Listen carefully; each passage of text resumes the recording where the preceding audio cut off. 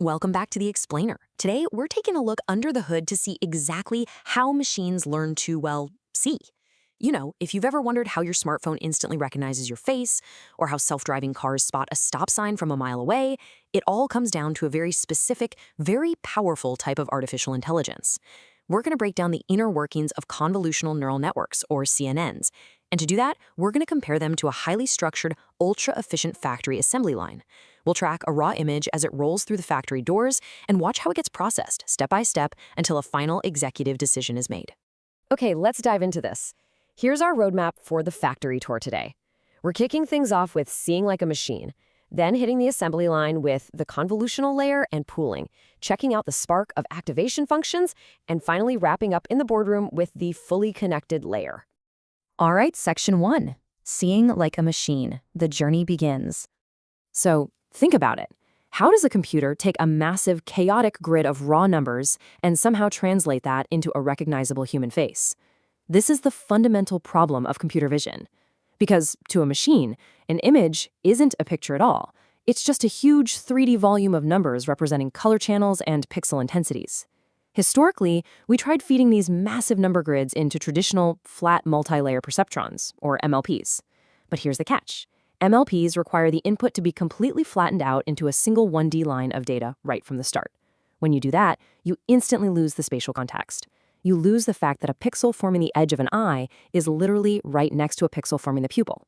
We desperately needed a system that actually understands spatial dimensions. Enter the convolutional neural network. What makes a CNN an absolute game changer is that it's a domain-aware neural network. Its very architecture inherently encodes domain-specific information. It's actually inspired by how our own biological visual cortex processes vision, where specific neurons only fire when they're looking at certain parts of our field of view. CNNs just inherently get that pixels clustered close together are strongly related. They process data in 3 dimensions, length, width, and depth, which perfectly matches the natural structure of a raw image. And this graphic right here brilliantly illustrates our whole factory pipeline. Just look at how the data moves. Over on the left, we've got our raw input image.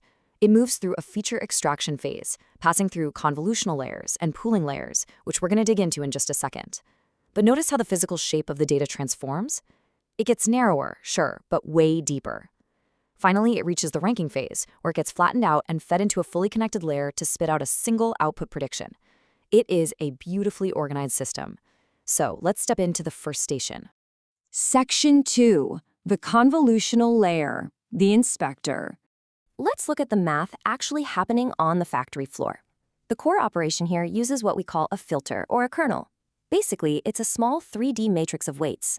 Instead of just staring at the whole image at once, this little filter slides, or convolves, across the width and height of the input volume. At every single stop, it computes a dot product between its own weights and the small patch of the image it's currently looking at, producing just a single number. As it slides across the entire image, it generates a 2-dimensional activation map. Essentially, it lights up whenever it detects the specific shape or feature it was trained to look for. So why do we do it this way? Well, it gives the network 3 massive superpowers. First, local connectivity. By exploring small regions, it finds local shapes, like edges or curves. Second, shared weights. Because it uses the exact same filter across the entire image, it drastically reduces the memory footprint. And this grants a superpower called translation equivariance. That's really just a fancy way of saying, hey, if it learns to recognize an eye in the top left corner, it'll absolutely still spot it if it moves down to the bottom right. Finally, by stacking a bunch of these filters, it creates a rich stock of feature maps to pass down the line. Moving on to section 3, pooling, shrinking the data, the summarizer. It's super important to contrast these 2 steps. The convolution layer is all about extracting distinct features, right? It's actively learning weights and biases to find patterns. But doing that generates an absolute mountain of data. That's where the pooling layer steps in. It's just there to downsample. It doesn't learn new features, it simply reduces the spatial dimensions. This cuts down the computational cost and the memory footprint for the rest of the network, all while keeping the most critical information totally intact. Let's see how this actually plays out in practice using the most popular method, max pooling. Imagine a tiny 2x2 window sliding over our feature map with a stride of 2.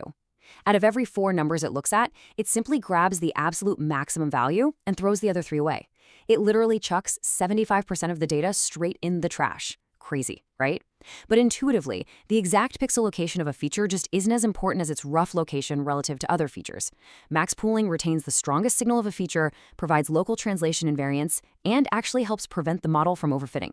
Section 4. This spark, activation functions, the gateway. So an activation function is basically a mathematical node sitting right at the end of our artificial neurons. Its main job? To introduce nonlinearity.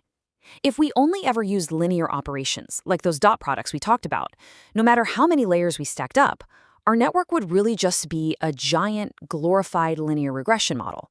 It would be completely unable to learn complex semantic structures. The activation function acts as a switch. It takes that linear input and decides exactly if and how that neuron should fire or activate.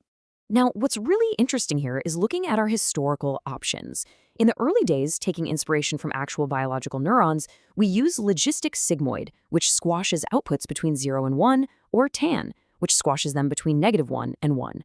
They both have this S-like shape to them. But recently, a function called ReLU, the rectified linear unit, has completely taken over the game. It's incredibly simple. For positive inputs, ReLU just outputs the input directly. For negative inputs, it strictly outputs 0. And the reason we had to ditch sigmoid and tan comes down to a fatal flaw in deep networks, the vanishing gradient problem. Because those older S-shaped functions squash their outputs into such tiny ranges, when you get to very high or very low input values, the curve is basically flat. The gradient, or the rate of change, becomes so incredibly close to 0 that when the network tries to learn and update its weights using gradient descent, the updates are microscopic. The training process just grinds to a halt. It effectively dies. And this quote right here really hits the nail on the head. The rectified linear activation function has supplanted the hyperbolic tangent activation function as the new preferred default. Because ReLU acts just like a linear function for positive numbers, its gradient is always exactly 1.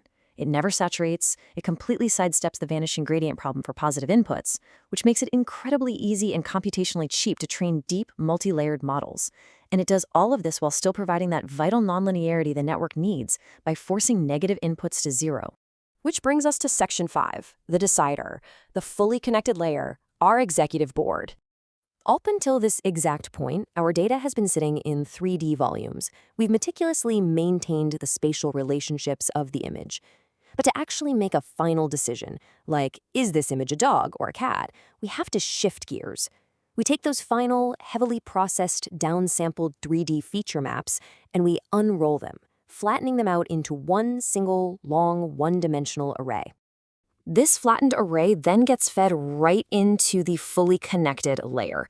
Now, unlike the sparse local connections we saw back in the convolutional layer, here every single neuron is wired up to every single neuron in the previous layer.